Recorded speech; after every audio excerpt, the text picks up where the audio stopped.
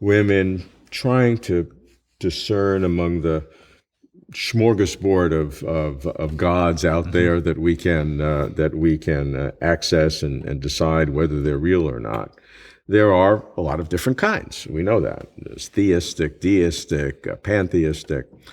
One view is actually very different. It indeed postulates an ultimate reality, but the ultimate reality, the absolute bedrock, is a sense of value, whether it's a good or an ethical requiredness, something very different. It's like than any of the other explanations. From your background, particularly in science and theology, how do you view such a radically different approach to God? Well, one is think about differently is always inviting to discuss it. So it's most welcome to have people who promote this. And I'm halfway in agreement, half in disagreement. So the agreement part is, I think, that introducing the issue of value in this discussion is very important, that it's not just about explanation in terms of causal explanation, where these things come from. And a model that says, well, it exists because it's valuable, is an interesting way of doing that. My concern is that I don't think it works that way. I do think the concept of value, something can be valuable without existing. It can be, or at least we can say that would have been valuable if it had existed. I don't think being valuable brings with it automatically that exists. We see also the opposite of things that are not sin, evil, disasters, that we wouldn't consider valuable and that do exist. So I don't think that this idea of perfect value brings with it existence. I do think that it needs complement with something that it gives ground to existence, that it needs, either in the classic theistic sense, a being who creates because it's valuable. So then there's an actor involved, or maybe more imminent things happen to be because there's a ground for its existence without having a further explanation of that ground, without a personal explanation. Okay, I hear you completely, and now let me pretend to believe in this concept and give you the argument back. So you have two problems with value being, ethical requiredness being a foundation of the universe. One is that value doesn't bring things into existence. The second is we see a lot of things that are not valuable in the world, evil, sin, call it what you want, and so that looks like it's a disconfirmation.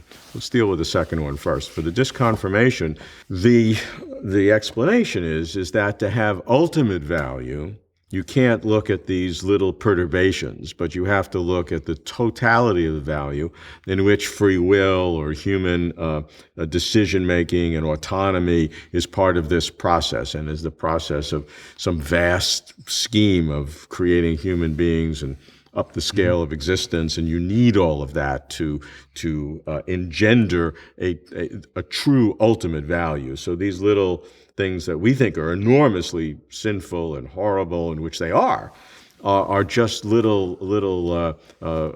froth on the great waves of purpose and meaning. Yes, the idea that the whole compensates for the particular things that are unattractive. Overwhelms it.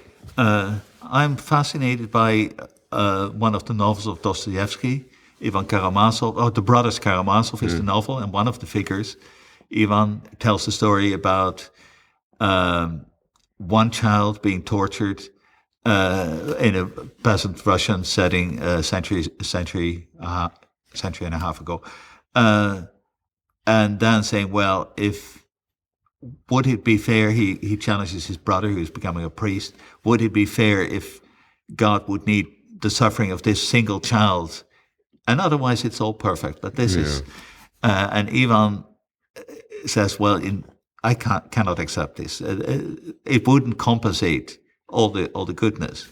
That's a powerful argument, and it's a very powerful author. I mean, but it's also a concern that if you say, well, this overall value somehow plays down the specifics. Well, for me, those specifics do count. I'm therefore a bit concerned about this way of doing it. Let me go to the first problem, where value itself doesn't look like it has enough essence in it. It's an abstract object. How can it cause anything? You need something else, as you said, theistic God, or something else besides value. So here's the argument. The argument is that any time you need the something else itself has to be explained. Yeah. And you go on an infinite regress. So you can, when you're dealing with cause within the universe, you can deal with causation in a normal way. But when you deal with the causation of the universe or all existence, you can't deal with it in the normal way, because in the normal way you need to have something, and then something is, you have to add to you don't start with a something. And so if you're going to explain the universe and all existence, you have to have something that doesn't have the normal characteristics. You have to. There's no choice. Or else you can't explain it at all.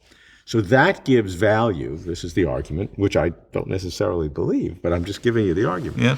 that value, because the problem you have with value, that it doesn't have that, that's exactly the characteristic of something you'd need to have an explanation, if there is one. Yes. I think I'd rather have no explanation than a wrong one. I think, yes. So say the theistic explanation, where God is, in a sense, the artist who realizes the value. So value is important, and that's why God would create, raises the question, well, why is God there? So it doesn't provide a kind of final answer.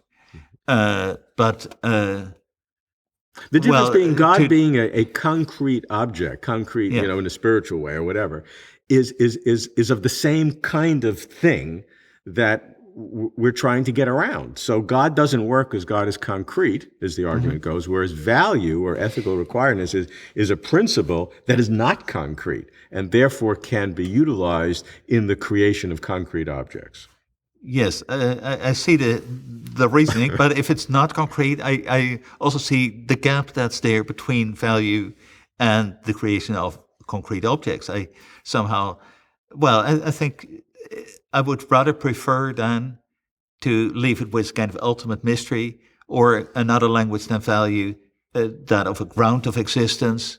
There's a British novelist, John Fowles, who's at some point said there's the white space that makes a painting or drawing possible, or the silence that makes music possible, as something that provides the opportunity for the concrete things to be realized.